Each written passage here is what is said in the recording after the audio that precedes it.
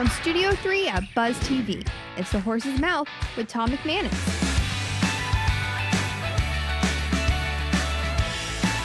Welcome back to another episode of Biz Champions. I'm Steve Strum. Got a couple of really cool people here to talk about some really neat different things here. We've got Trey and Alex from Stokes Capital Management. We're going to talk to you guys a little bit about what's the difference between vertical and horizontal development.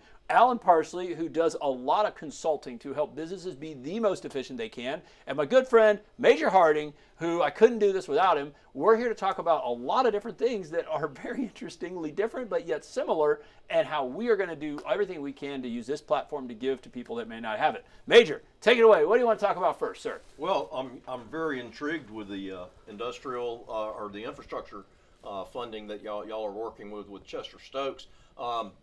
It's really cool to, the infrastructure has to go in before the vertical construction can happen. So, it's a chicken and egg deal.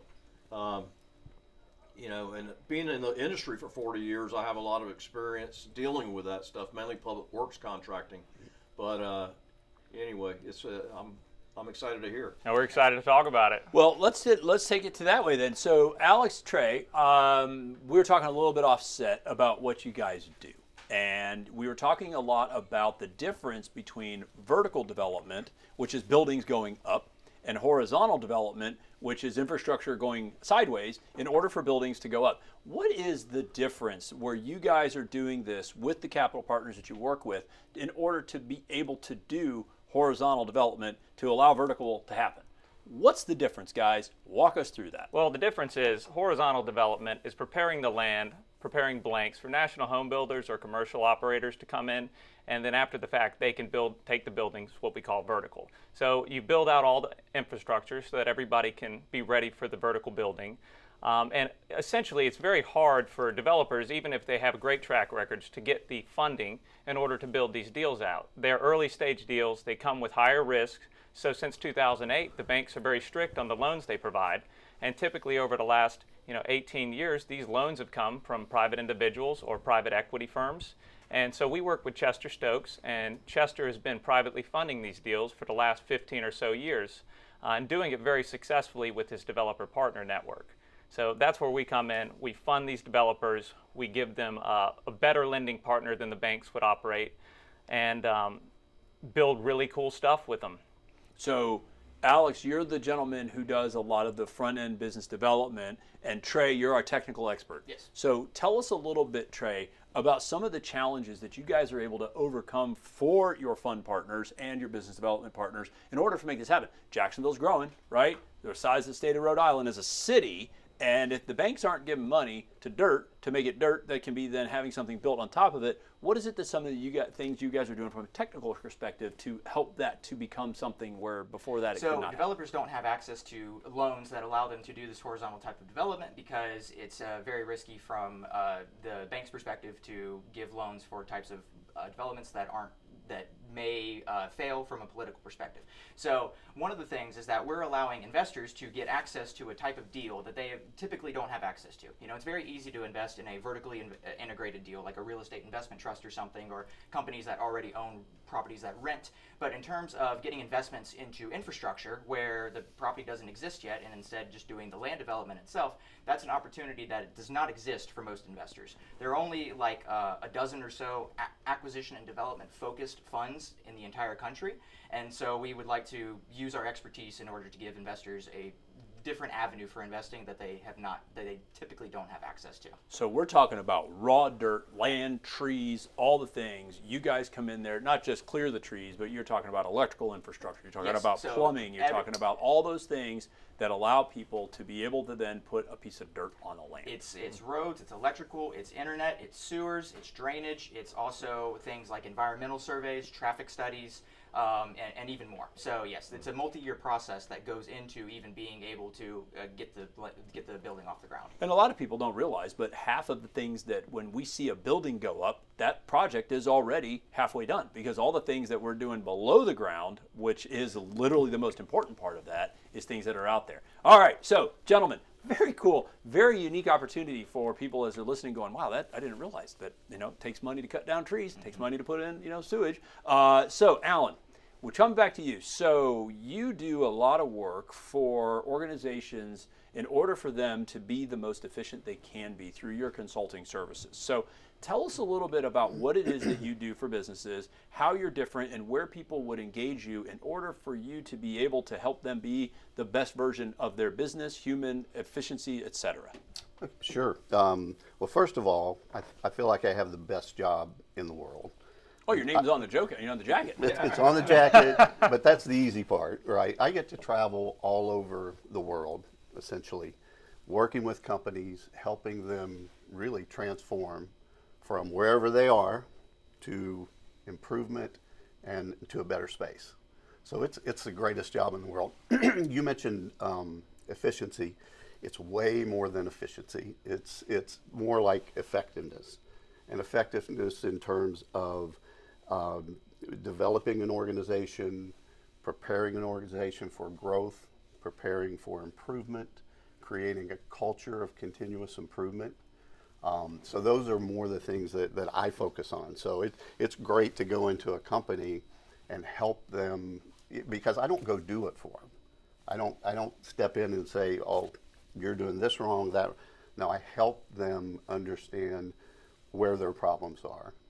And I've had the great fortune of working with Toyota Motor Corporation for 20 years, and during that time was able to work hands-on with the Toyota Japanese trainers, and they helped me understand the Toyota way, which is different than lean. It's different than just continuous improvement. It's more of a holistic, systematic approach to running an organization, which includes respect for people and continuous improvement. So, what a great way to come into a company and help them, because my experience at Toyota was amazing. Truly amazing, because you felt that respect. You felt that entitlement, or that ability to change your process, for example, to create improvement, to create Kaizen. You mentioned Kaizen earlier. Oh, yeah.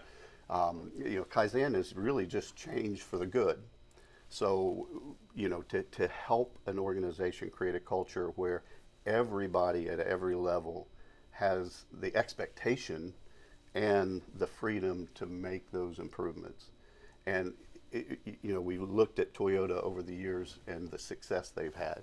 I was there for 20 years, and almost every quarter it was record profits. Not just revenue, but profits. So, there's a reason for that. And truly, I believe a big part of it is enabling everybody. I started out with Toyota putting bumpers on cars. So you know Shad Khan. Yes, yeah, exactly. So, yes, I actually matter do. of fact, right?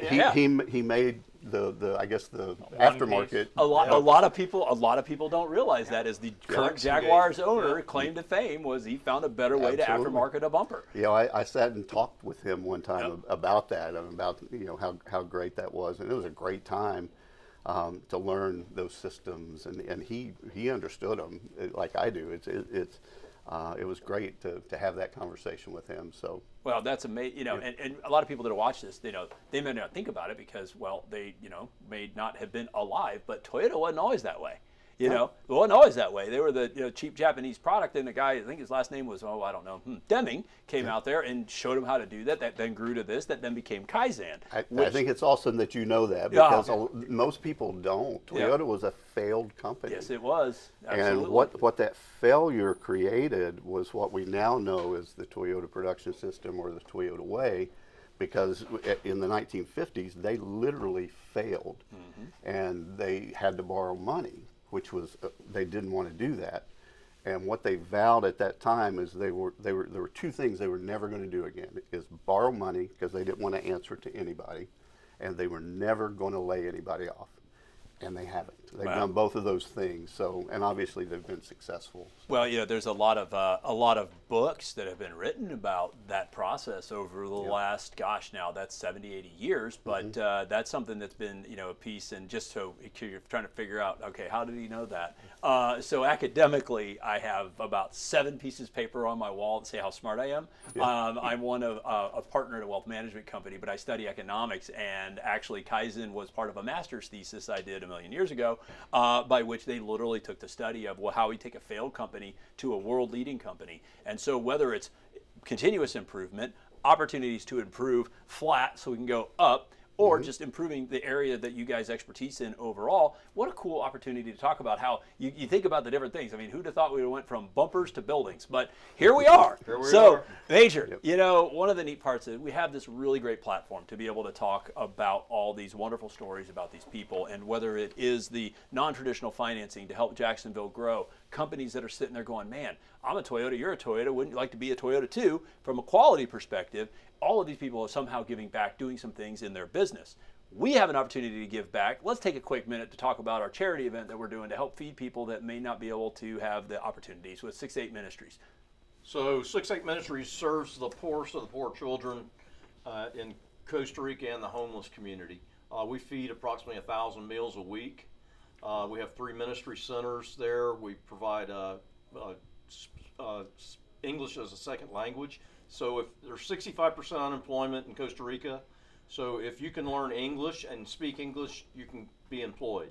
So which is a huge thing. So we do Bible classes. We do actually the homeless people are shut out of the church in Costa Rica. So we offer them worship services. We like to say worship like a crackhead.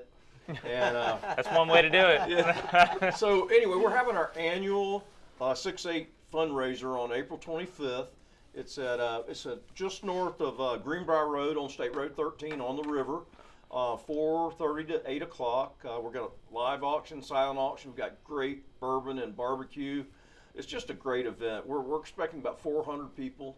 We'd love for you guys to join us, and it's just the way we give back. And Foodies Care is an amazing organization, which I'm on the board of also, and we provide funding to entities that are already feeding the homeless and the poor. So I'm glad to be a part of both those boards. Well, and I appreciate you letting me tag along. So I do happen to have the opportunity to serve with Major on these organizations. So I really appreciate everybody here joining us today. What we'll do is we'll make sure to put all y'all stuff on our website, which is thedailynewsnetwork.com. Take a minute, come check us out at the Bourbon and Barbecue event. I'll provide the bourbon. He's going to cook the barbecue because you don't want it the other way around. Yeah. Beach barbecue. You definitely don't want me doing that because I think the word salmonella might come up. I can continuously improve though. I can Kaizen in the kitchen. Yeah. I had to take responsibility for cooking at the house, and nobody died yet, so that's good. But you guys are great. Thank you so much for joining us, but we can't do any of this stuff without these guys right here. So, hey guys, if you love this episode, check it out, save it, share it. Come look at us on our website, which is thedailynewsnetwork.com, for all these wonderful human beings and all the things they do. But whatever you do in life, do something great for somebody else and live with gratitude.